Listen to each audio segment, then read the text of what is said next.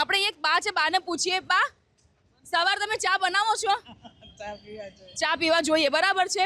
પણ હવે આ સવારે આપણે ઉઠીએ અને છાપું ખોલીએ ને આપણને ક્યાંકથી ખબર પડે સમાચાર કે ભાઈ દૂધના ભાવ તો વધી ગયા, દૂધના ભાવ તો હાચકમાં વધ્યા છે, તો ચા ફિક્કી લાગે કે ગળી લાગી? ફેંકી જ લાગે ને બેન.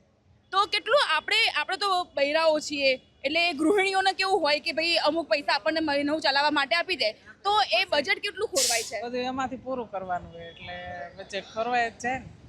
શું કહેશો આ સરકારને હાલતા ને ચાલતા જે ભાડા વધારી દે છે અને પછી ભાવ વધારો કરી દે? પણ ના કાંઈ વિચાર જ નથી. આ બધું વધારે જ છે, એમાં શું કરું? તો તો બસ આમનામ હેરાન જ થવાનું ને. હેરાન થવાનું ને આ એટલા ખર્ચા, આ બધું પૂરું તો પાડવું ને. એટલે આજે છે ને 2-3 લોકો એવું બી કહેતા હતા કે આ ખાલી ભાવ વધારો કરે જાય છે, પણ પેલા કંપનીમાં નોકરી કરતા હોય લોકોને ઘરેથી બેસીને કામ કરવાની જે વાત કરી છે, તો ઘણા લોકો એવું કહે છે કે ભાઈ અમે લોકો ઘરેથી કામ કરીશું, તમે પગાર વધારી આપો. તો પગાર વધારે તો હા હાલે, નકર પગાર ઓછો જ આપે છે. એમાં શું પૂરું કેમ કરે? છોકરા ભણતા હોય અને આવવા જવાનો ખર્ચો હોય, બધો હોય જ તે.